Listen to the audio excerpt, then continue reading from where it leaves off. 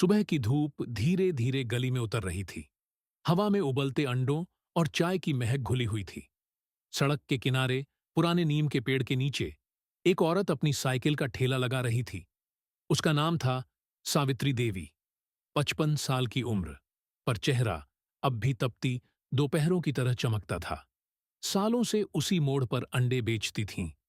लोग उन्हें प्यार से कहते, अंडे वाली आंटी। हर सुबह बच्चे स्कूल जाते वक्त वहीं रुकते, ऑफिस वाले वहीं से ब्रेकफास्ट लेते, और कॉलेज के लड़के तो बस उनकी मुस्कान के फैन थे। वो जब भी अंडे तोड़तीं तो लगता जैसे कोई छोटी पूजा हो रही हो, क्योंकि उनके लिए ये ठेला रोजगार नहीं, सम्मान था। सावित्री की जिंदगी में सिर्फ एक ही सपना था, उनकी बेटी अवनी। अवनी पढ़ाई में तेज थी। पिता के जाने के बाद वही घर की उम्मीद बन गई थी। सावित्री अंडे बेचतीं ताकि वो कॉलेज जा सके, किताबें खरीद सके। कई बार ग्राहक कम आते, ठेला नहीं चलता, तो सावित्री रात में मंदिर के बाहर बैठकर रोती थीं। पर अगली सुबह फिर उसी हिम्मत से ठेला लगाती। बेटी आईपीएस बनेगी, बस कुछ साल और, यही सोचकर। पड़ोसी मजाक उड़ाते, अरे भाई, अंडे बेचने वाली की बेटी पुलिस बनेगी। सपना अच्छा है पर हकीकत नहीं। सावित्री बस मुस्कुराती। भगवान मेहनत का फल देर से देता है, पर देता जरूर है। साल बीते, वक्त ने करवट ली। एक दिन डाकिया आया, हाथ में एक लिफाफा था। लिखा था, union public service commission, result notification. Avani ने जब वो लिफाफा खोला तो कुछ पल के लिए दुनिया थम गई। Selected for Indian police service. Savitri ने अपनी झुर्रियों से आंसू पोंछे और कहा, भगवान, अब मुझे और कुछ नहीं चाहिए। सारा मोहल्ला उमड़ पड़ा। देखो, अंडे वाली आंटी की बेटी आईपीएस बन गई। लोगों की आंखों में इज्जत थी, पर सावित्री की आंखों में सिर्फ सुकून, क्योंकि अब वो जानती थीं, मेहनत कभी धोखा नहीं देती। सालों बाद अवनी शहर लौटी। अब वो आईपीएस अवनी सावित्री सिंह थी। सादगी वही थी, पर वर्दी अब चमकती थी। मां के लिए ढेर सारे तोहफे लाई, पर सावित्री ने बस एक बात कही, बेटा, ये सब छोड़, बस इतना कर कि किसी की मां रोए नहीं। अवनी ने वादा किया, मां, आपकी कसम, मैं इस शहर को साफ करूंगी। पर वो नहीं जानती थी कि इस शहर की दीवारों में सड़न कितनी गहरी है। शहर में डीएसपी रणवीर सिंह नाम का एक अफसर था। लंबा, घमंडी और रिश्वतखोर। किसी से बात करते वक्त भी उसकी आंखों में अहंकार झलकता था। वो अवनी से सीनियर था और उसे पसंद नहीं करता था। नई नई आई लड़की और सीधी ईमानदारी की बातें। वो हर जगह उसकी राह में रोड़े डालने लगा। धीरे धीरे रणवीर के गुंडे शहर की गलियों में अपनी मनमानी करने लगे। फुटपाथ वालों से वसूली, ठेले वालों को डराना, और जो कुछ न दे उसका ठेला तोड़ देना। एक दिन सावित्री अपने ठेले पर थीं। धूप तेज थी, पर उनका हौसला और तेज। अचानक वही डीएसपी रणवीर अपनी जीप से उतरा। अरे, कौन है तू? यहां ठेला लगाना मना है। सावित्री ने शांत स्वर में कहा, साहब, 20 साल से यही लगाती हूं, किसी को तकलीफ नहीं होती। रणवीर हंसा। कानून सबके लिए बराबर है, समझी? ठेला हटाओ। सावित्री ने हाथ जोड़े। ये ठेला मेरा रोजगार है साहब, बेटी की पढ़ाई इसी से हुई है। रणवीर के चेहरे पर व्यंग्य भरी मुस्कान थी। अच्छा, वही आईपीएस वाली अवनी तेरी बेटी है? और उसने ठेला पलट दिया। अंडे जमीन पर बिखर गए। सावित्री की आंखों में नमी आई, पर वो बोली नहीं। रात को जब अवनी घर आई, उसने मां को चुप देखा। मां, कुछ हुआ क्या? सावित्री बोली, कुछ नहीं बेटा, ठेला उठा ले गए थे, फिर लगा लूंगी। अवनी ने धीरे से मां का हाथ पकड़ा। मां, किसी ने छुआ भी तो नहीं ना? सावित्री मुस्कुरा दी। बेटा, जिसने गरीबी छू ली हो, उसे और क्या डर होगा? अवनी के अंदर कुछ टूट गया। उसने तय कर लिया, अब खेल खत्म। अवनी ने रातों रात रणवीर की फाइलें खंगालनी शुरू की।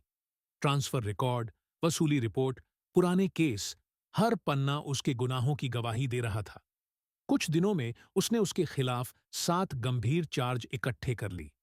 लेकिन उसे पता था, भ्रष्ट सिस्टम में सच को साबित करने में भी जान लगती है। फिर भी वो डटी रही। मां ने अगर जिंदगी भर ठेला नहीं छोड़ा, तो मैं भी ये केस नहीं छोड़ूंगी। रणवीर अब घबरा गया था। वो कोशिश करने लगा कि किसी तरह अवनी को बदनाम करे। उसने अफवाहें फैलानी शुरू की। आईपीएस अवनी अपने पावर का गलत इस्तेमाल करती है। पर शहर अब अवनी का सम्मान करता था। हर गरीब, हर ठेले वाला, हर रिक्शा चालक उसके साथ था, क्योंकि वो जान चुके थे ये वर्दी उनके लिए लड़ रही है। थाने का माहौल भारी था। मुख्यालय से जांच टीम आई थी।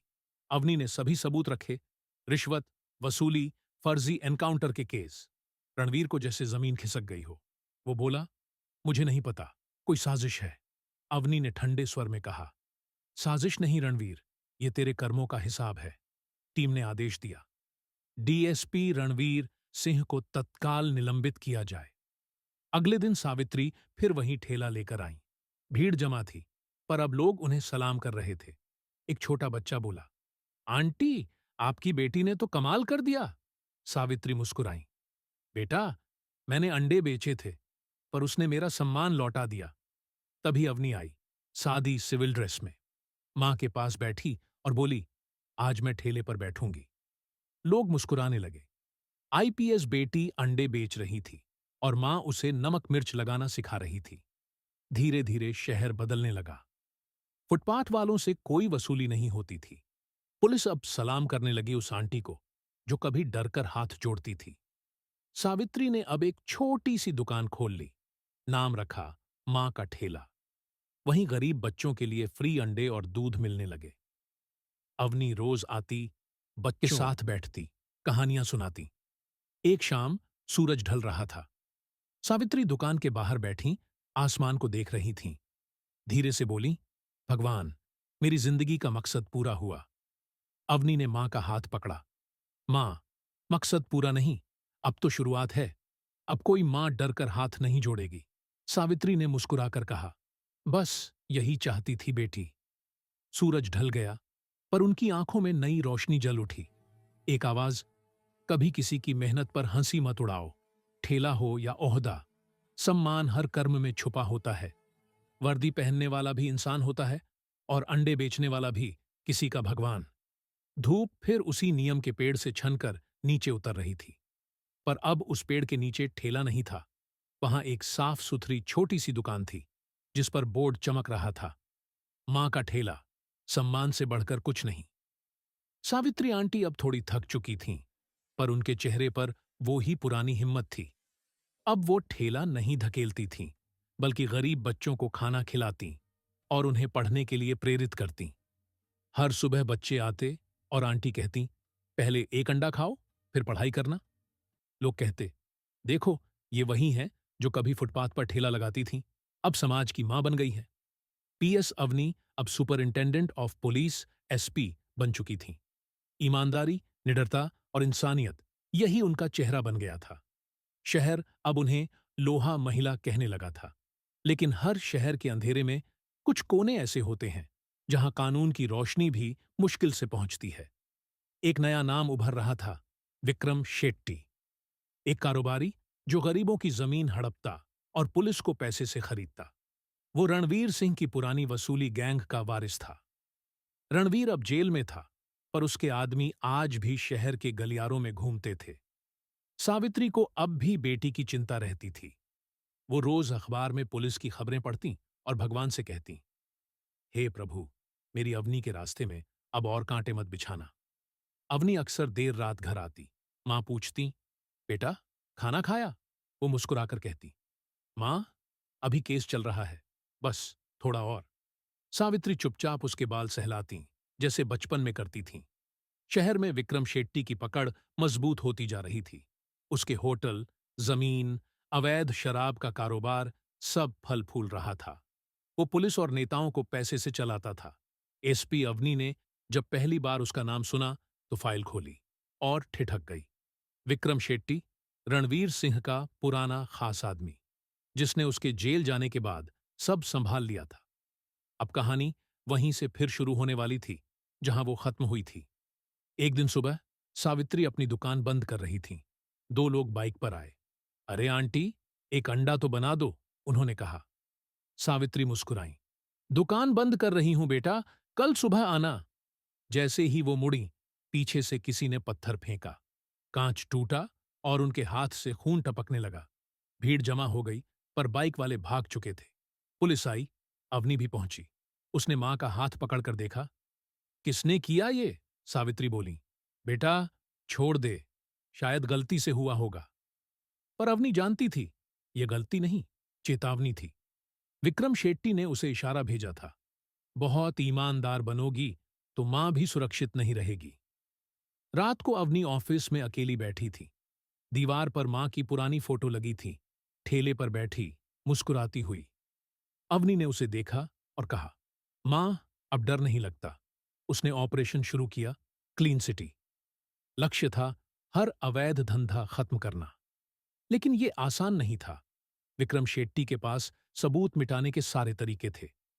वो नेताओं से मिला, मीडिया खरीदी और यहां तक कि कुछ पुलिस वालों को भी अपने साथ मिला लिया। सावित्री अब ज्यादा लोगों से मिलने लगी थीं। गरीबों की मदद के लिए उन्होंने एक छोटी संस्था बनाई, सत्यम फाउंडेशन।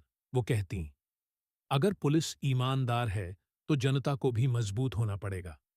वो बच्चों को पढ़ाई के लिए प्रेरित करती, बुजुर्गों को मुफ्त खाना देती। धीरे धीरे मीडिया ने उन्हें शहर की मां कहना शुरू कर दिया।